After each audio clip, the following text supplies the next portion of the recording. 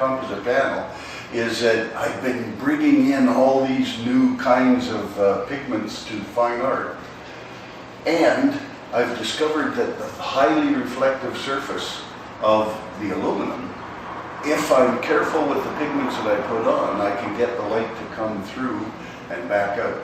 And so these rich effects that you're seeing here are all as a result of that kind of new use of material.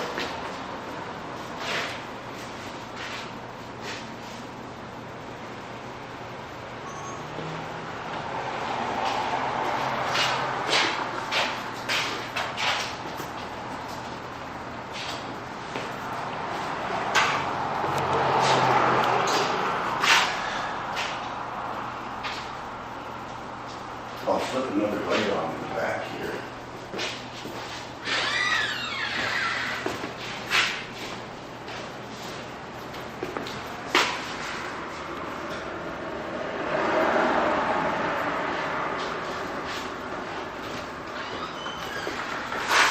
There we go.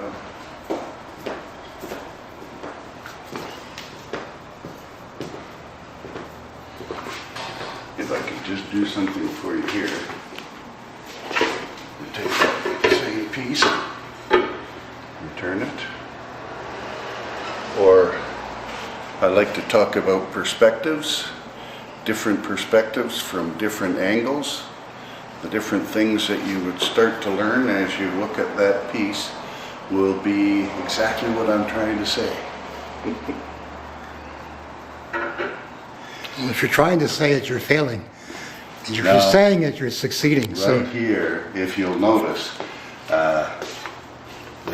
I was talking here about the use of light. Mm-hmm. This is one of my earlier studies where if you set that light up back here and put this on a flat surface, the light comes through, lights up the shadow, in the shadow that the piece creates, right? So an awful lot of it is about the actual use of light in new and different ways. If you would like to focus in further and further on this, it's called Below the Storm, and I think you'll notice down here at the bottom that there's another little figure drawn in that looks, if you move back and forth, it looks as if it's moving itself. And it's just a little optical illusion that I often will put in different things.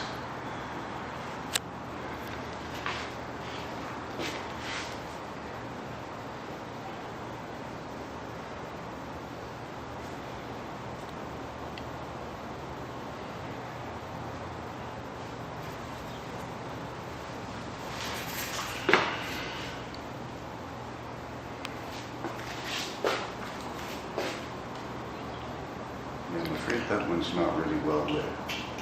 Oh, that's fine. Have all of the lights that we should, but.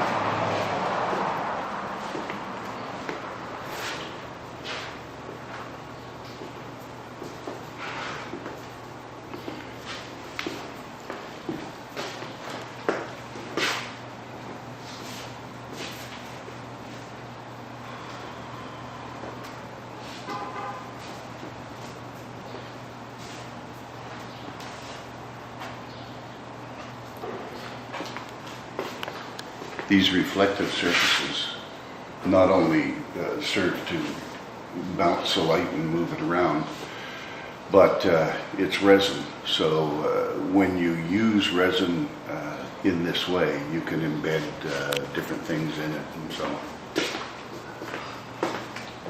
Plus it's a very strong surface. They don't tend to get damaged the same way that a printer or painting can.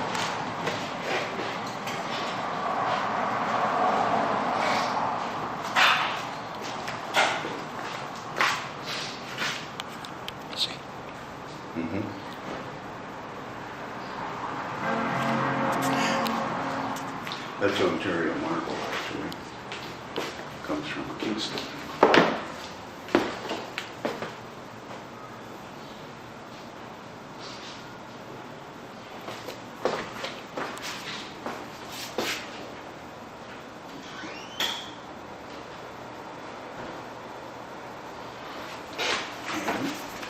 Move this out of here so that you can see the piece behind you.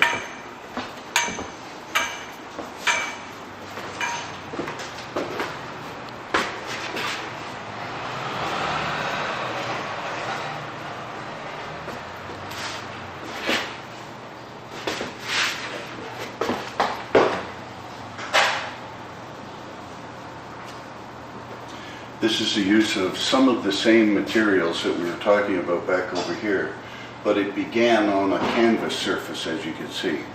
I work on canvas, wood, aluminum composite. All of them give different effects. In this particular case, I mixed not only the ink that produced these drawings in the background, but then there's, in printing techniques, there's asphaltum that I've used in a painterly manner, and then plastic paints, acrylics, oils, and resins mixed.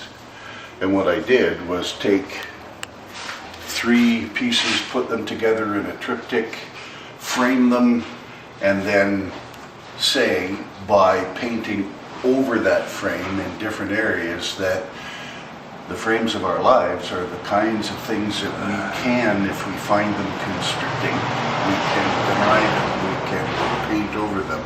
Or in the case of these pieces that you see here, we can eliminate the frame entirely.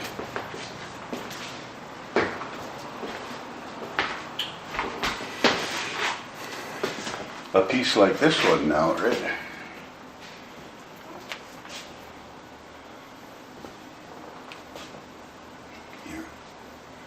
Does some different things when you light it.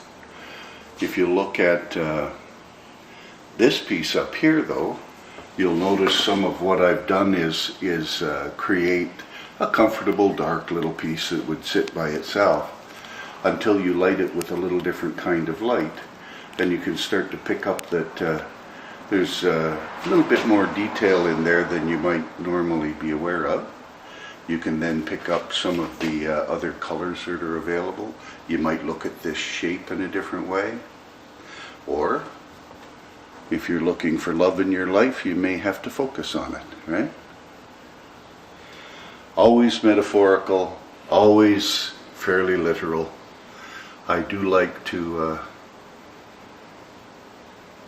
use the ambiguity of shape and form and found object in order to allow the work itself to speak to the viewer in their own way.